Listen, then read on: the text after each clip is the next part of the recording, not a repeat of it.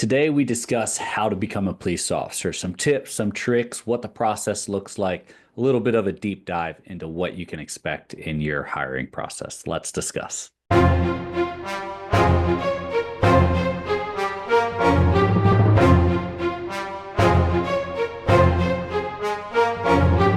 Hey, before we get started, I have two gifts in the description for you. One is the Getting Started workshop. It's going to walk you through every phase of the hiring process. Plus, there's some hidden bonuses in there I know you're going to love. Next is a coaching call with any member of my team or myself where we can go in, go over anything you want to discuss specific to your hiring process. I'll give you the best tips, tricks that I know specifically to you, or any guidance I can, whether it's a hurdle or just a general question. Now, the police hiring process. I want to start off by saying it is the most arduous hiring process you're ever going to go through, excuse me. It's not for the faint of hearts, right? You need to have patience, you need to have commitment, and sometimes you need to be willing to have a little bit of resiliency if you're told no. Being told no by one department isn't the end of the world, but you should know that sometimes those can snowball because of why you're being told no.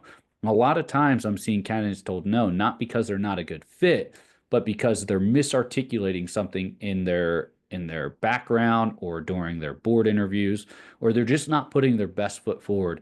And then they're giving the department a reason not to select them. So let's go through it. I'm going to cover all the phases here that you would typically see in a hiring process. Understand some departments go out of order than what I'm going to go. Other departments also don't do all of these stages or all these steps. And then other departments or other states have other requirements that might be a little bit different. So let's go through a traditional approach to law enforcement hiring process. Typically, what you would have is you would start with a written exam, and a written exam, it covers three components, three major components. Almost every written exam covers this. Plus, there is some added components depending on which department you're applying to.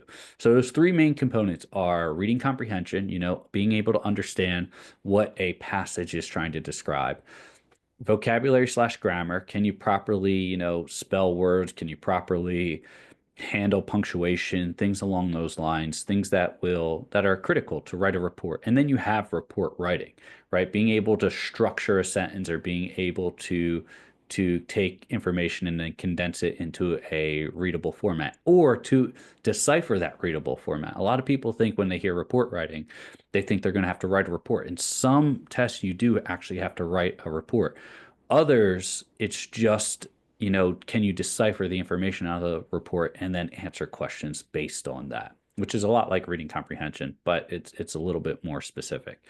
Other departments add different phases or different other contexts, depending on where you're applying. If you're applying, in Florida, California, out west, it just depends. Or if you're in another country, they might even have a different example. Some have logic games, which is, can you take this information and come to a conclusion, right? It just depends, but it's a really, really, really simple mindset, and it's usually written at about a 10th grade level. So as long as you're good to go there, you're not going to be in too much trouble. That still doesn't mean don't study for it, right? Study. One of those hidden bonuses uh, in the Getting Started workshop, there we go, is a sample exam, so you can see, hey, where you're doing or how you're doing on these three basic concepts. Next is the PT, or your physical training, or your PFT, physical fitness test.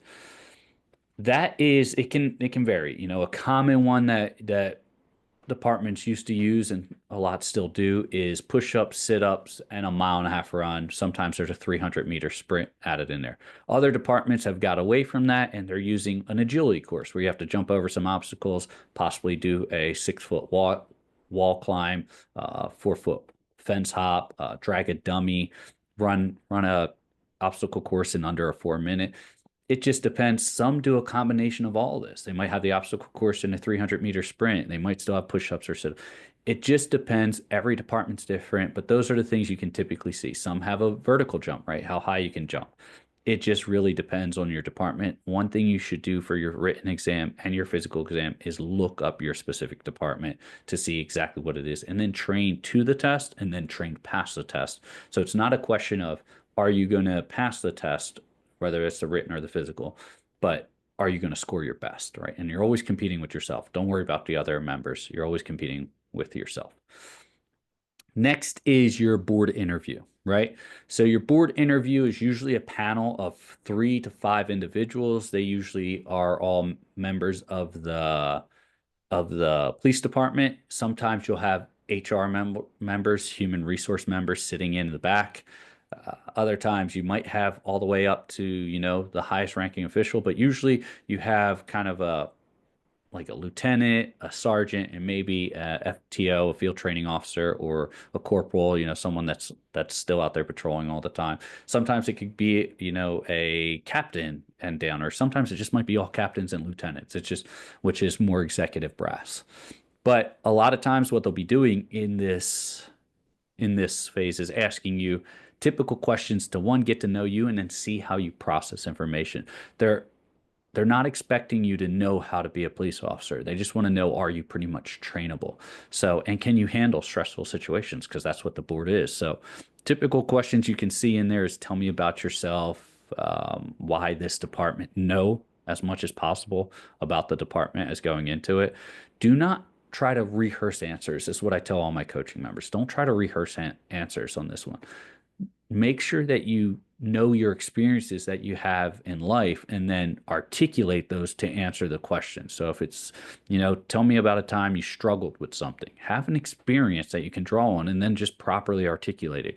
You're going to hear me use the word articulation all the time because that's one of the biggest factors, one of the biggest keys to success in anything to do with law enforcement, not just getting hired. So court, dealing with suspects, dealing with witnesses, everything, making sure that you articulate yourself properly.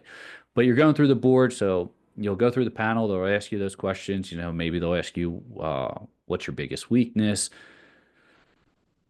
There's a multitude of ways they can ask you, a lot of scenarios. They can ask it personal. It just depends, right? But planning and getting rid of filler words like those type of things, you're going to want to do your best. Making sure that you work on your posture, your eye contact. That's another key function.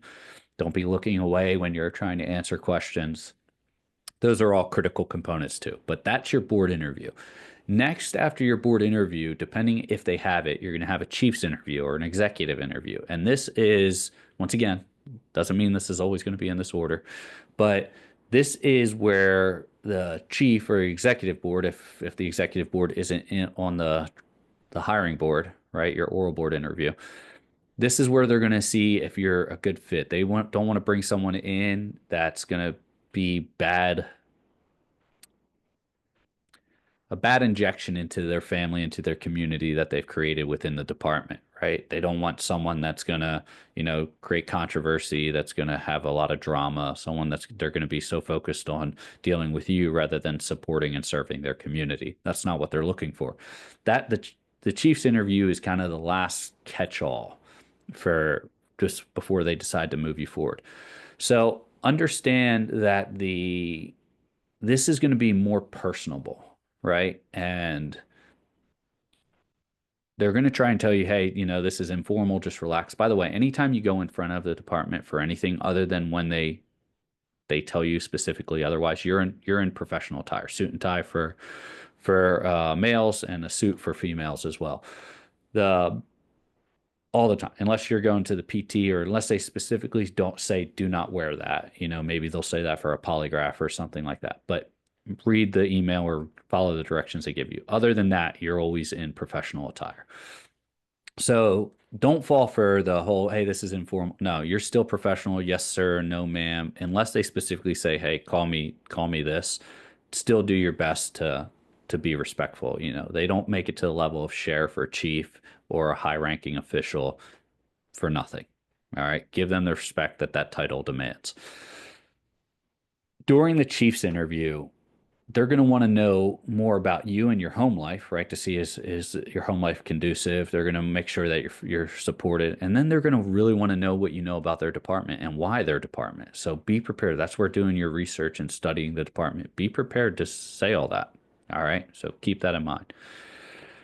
Next, you're going to have your background. So your background is where you're going to submit a package of about 30 pages, maybe longer, depending on how old you are and how much life experience you've had of your entire life's history, right? Some say go back 10 years, but that art is usually only for specific components. But you're going to need references. You're going to need work references, personal references, family references. You're going to need all the addresses, phone numbers, emails for all these people. You're going to need to know every place you've ever worked, have contacts for all those places of employment. You're going to need to do a long list of criminal activity, including undetected crimes that maybe you were never, that you maybe committed, but you never actually were caught for. It, substance use, everything you can imagine, tickets, accidents, anything, any and everything. You're going to have to do a financial history, what your assets, what your liability. This is an extensive process. And then you're going to have to do all that.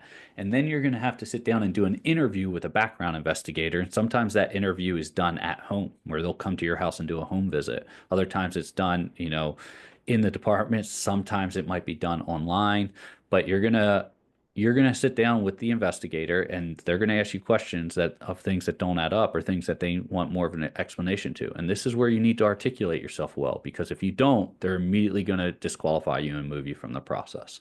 Next, after that, you're going to go to a polygraph to confirm that everything you told the background investigator is accurate. And all that needs to line up. Everything that you wrote down, everything that you verbally said to the investigator, you're going to do another pre-screening form for criminal activity on the polygraph. Then you're going to do another interview with the polygrapher. Then you're going to sit down with the and actually do the polygraph or the CVSA, which is a voice stress. And then you're going to do a post interview. And they have tips or they have tricks, excuse me, that they do to try to get you to see if you're telling the truth. They're allowed to lie to you, right? So keep that in mind. Uh, and some departments don't even do polygraphs. Some states don't even do polygraphs, but a majority of them do. So be prepared for that component. All of that has to line up. And if it doesn't, you're immediately disqualified. And then after that, you're going to do a psychological review, right? Which is quickly become the number one thing that most candidates get disqualified on, which is their psych review, which is right at the end of their hiring process.